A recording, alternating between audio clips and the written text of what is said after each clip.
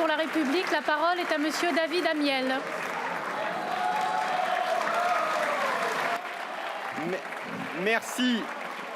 Merci Madame la Présidente, Madame la Ministre, Monsieur le Ministre, Monsieur le Président de la Commission des Finances, Monsieur le rapporteur général du budget, chers collègues. Avec ce vote sur la première partie, nous arrivons au terme d'un immense gâchis parlementaire. 80% des hausses d'impôts qui ont été votées dans cet hémicycle nécessiteraient de sortir de l'Union européenne, de violer des traités internationaux ou de mettre à bas notre ordre constitutionnel et juridique. Ces chiffres ont été établis par le rapporteur général du budget qui ne fait pas partie de notre majorité. En l'état, la France n'appartiendrait plus à l'Europe, ne disposerait plus des moyens d'éviter des coupures de courant électrique après 2026. C'est vous dire le degré d'absurde que l'on a atteint. Ne régulerait plus les prix de l'électricité, exposant les Français à la spéculation des marchés. Il faut se rendre compte, chers collègues, de ce que veut dire un tel texte pour notre Assemblée. Certains me répondent que le budget n'est pas fait pour s'appliquer, qu'il s'agit d'envoyer, d'ailleurs le terme est souvent revenu dans la discussion, des signaux politiques. Mais c'est encore plus grave, parce que cela veut dire qu'on se moque des conséquences de ce qu'on vote ici. Ceux qui disent qu'ils veulent envoyer des signaux admettent qu'ils votent un budget pour rire, sans se soucier des conséquences concrètes pour les Français. Quand on se comporte ici, le seul signal politique qu'on envoie, c'est celui du cynisme et de l'irresponsabilité. Le résultat, mes chers collègues, ce n'est pas un projet économique alternatif qu'on a devant nous.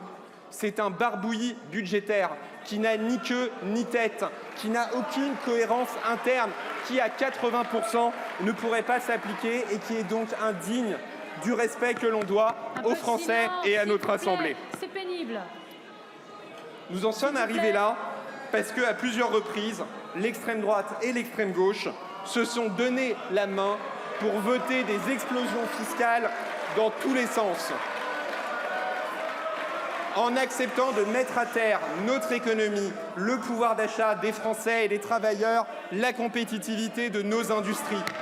Et il est ironique de voir ceux qui se réclament de la souveraineté sur les plateaux de télévision conspirer avec la France insoumise pour mettre à bas notre souveraineté économique dans cet hémicycle. Nous en sommes arrivés là aussi parce que l'extrême droite et l'extrême gauche se sont donné la main pour s'opposer à l'Europe.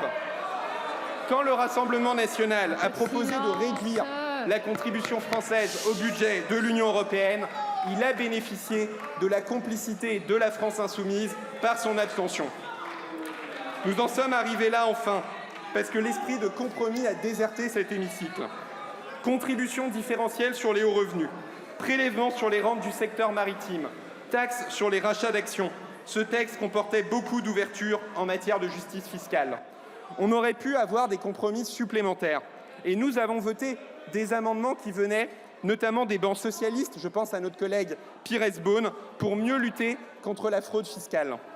Mais à chaque main tendue, on nous a répondu par de la surenchère avec un alignement systématique de la gauche républicaine sur le programme économique de la France insoumise.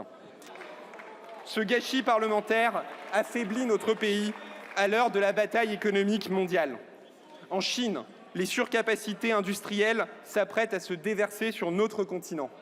Aux États-Unis, Donald Trump prépare une nouvelle guerre commerciale.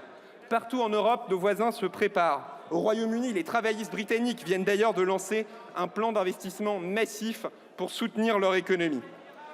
La France, elle, après des années de redressement de sa compétitivité, court le risque d'un désarmement industriel unilatéral. Vous connaissez l'opposition de notre groupe à l'augmentation des taxes sur l'électricité qui mettra par terre nos industries, nos entreprises et qui ruinera le pouvoir d'achat des travailleurs. Vous connaissez l'opposition de notre groupe aux hausses de charges, puisque la baisse du coût du travail depuis des années faisait l'objet d'un consensus transpartisan. Il avait été porté par la gauche, je vois le président François Hollande ici, il avait été porté par la droite, il avait été porté par le centre, et cette politique donnait des résultats. Alors nous aurions porté dans cette deuxième partie des amendements pour nos filières industrielles, pour les investissements dans la transition écologique, pour l'éducation et pour l'innovation. Contrairement aux autres années, nous ne pourrons pas les défendre. Mais chacun connaît l'engagement du groupe Ensemble pour la République pour défendre les réformes indispensables et s'opposer à la démocratie, à la démagogie budgétaire et fiscale. En refusant aujourd'hui le sérieux budgétaire, en refusant de compter ce que l'on vote, ce sont les plans sociaux que l'on devra compter en janvier et c'est la raison pour laquelle nous voterons contre cette première partie. Mes chers collègues, il n'y a plus